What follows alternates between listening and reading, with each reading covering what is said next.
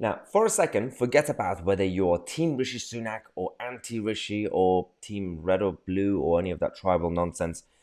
This one is different. This one is about the mainstream media because Rishi Sunak was on Sky News and Sophie Ridge was interviewing him, and Sophie Ridge decided to do a classic gotcha, trap you in a corner sort of situation because a lot of celebrities and the famous and the politicians, for the sake of virtue signaling, they every now and then they tweet stuff and say, "Oh yes, I would take in 5 Ukrainian refugees at my place. They can stay at mine." But when the time comes, they don't actually do it. So this time, Sophie decided to ask Rishi whether he would take in any Ukrainian refugees. But she also asked him about what the situation is. But the gotcha question, he did not fall for it, and he stood up for himself.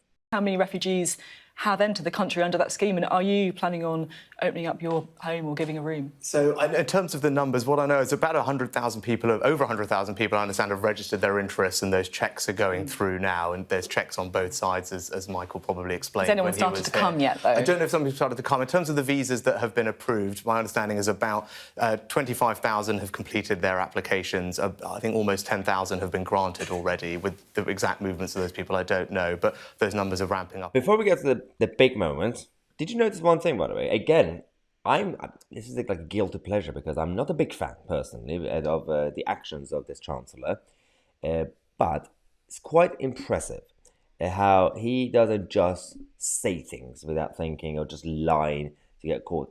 If he doesn't know, he says, "Oh, I don't know this one. We could check. I don't know the exact number. I don't know the answer." Good. I don't like when they come out and just randomly lie and randomly make empty promises. "Oh yes, and I know billions of Ukrainian refugees are now currently in the country."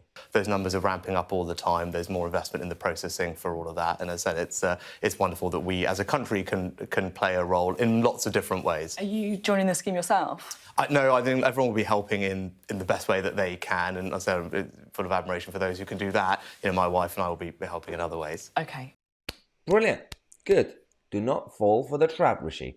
Again, I'm not a big fan in terms of action and policies, but I can also praise when someone does something impressive.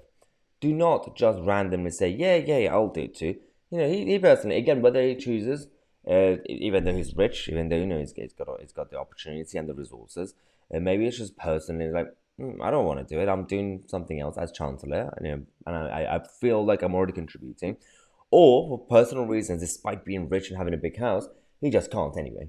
And he's not going to randomly apologize and say, "Oh, I'm so sorry, I'm washing my hair next week, so I can't really do it." Now, the other thing is we have to it's impressive, slightly scary impressive, because he is still, on paper, a big potential option to replace Boris Johnson whenever it happens. For now, Boris is back. So, he's trying to fight back to survive. So whether Boris Johnson wins the next election and stays as Prime Minister, eventually has to go, Rishi could still become leader at some point, on paper, right? The problem I have is that he's too good.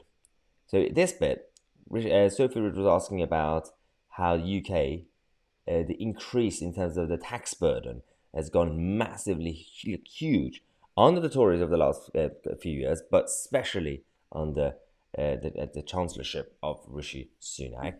The fact that he's so calm when he answers this question, whether we agree with him or not, whether it is fully true or not, is too calm and convincing. Slightly scares me. Different chancellors. Anything above the line is tax increases, everything below the line is tax reductions, and red is Labour, blue is Conservative. So you can see you here right at the end, Rishi Sunak. So in 2 years, you've raised taxes the same amount as Gordon Brown did in 10 years. How's that desire for a low-tax economy going? I guess what that chart doesn't show is all the other chancellors, which ones of them had pandemics to deal with. Right? Which one of those had to introduce furlough, which one of those had borrowing higher than at any level since World War II. That's the bit that's not on that chart, and that bar on the right is a direct reflection of those things, which are, I think anyone would say, pretty exceptional, or hopefully pretty exceptional. And no one, someone had a pandemic to deal with over a century ago. Borrowing had never been that high since World War II. It's the biggest recession we experienced as a country ever, or in 350 years. So that's not on that chart either. Pretty convincing. Now, whether we would see them as excuses, well, he had to introduce furlough, he had to kind of, the borrowing was at the highest. It actually makes you shut up. Sophie Rich had no answer. She got her answer, basically. And even she was like, fair enough. Whether we still agree or not with what happened in terms of how they managed it, and especially with furlough and stuff and things like that, whether, was it by choice or not. But this is a quite impressive politician that we should actually at least objectively give credit to where it deserves. It doesn't mean that we are going to be worshipping the politicians who just simply are good communicators. So, because we know, I've mentioned a number of politicians recently that just because they're good communicators, good at PR and propaganda, doesn't mean that they are good people.